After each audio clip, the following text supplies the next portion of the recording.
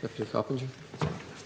Taoiseach, I'm hoping that you can clarify exactly what is our position on the Palestinian state, because I'm genuinely baffled, because on the one hand, we recognise the Palestinian state, we support the Palestinian people, we support the ICJ case, and on the other hand, we had Representative Brian Mast hosted in this Dáil last week, who believes all Palestinians are guilty, including Gazan babies. We've also had a severely repressive turn towards Palestine solidarity protests. You'll be well aware of what happened with Mothers Against Genocide, but now last night a protest took place at the Westbury Hotel where the central bank governor was speaking. In an extremely peaceful protest, protesters went to make their case heard that Ireland should not be processing Israeli bonds, essentially war bonds, on behalf of the EU, particularly when we were meant to support Palestine. Van loads of Gardaí arrived to remove the protesters.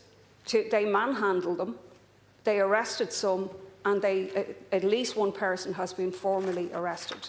We're seeing protests in support of Palestine that's peaceful being criminalised.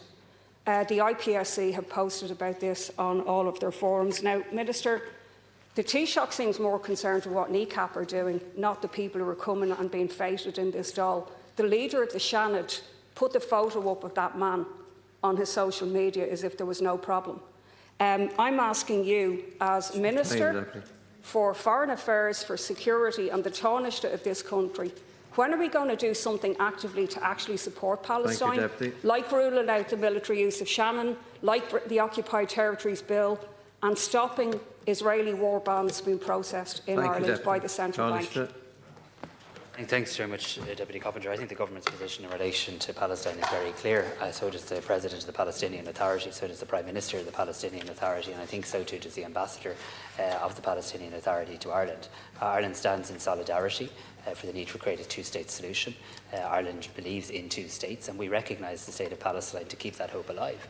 We have taken a number of practical measures that haven't just been words, including, as Deputy Gogarty referenced, our submission to international courts, to the ICJ, including providing additional funding to UNRWA to provide direct humanitarian assistance to people in Gaza, and also by working at an EU level in terms of the EU-Palestinian dialogue.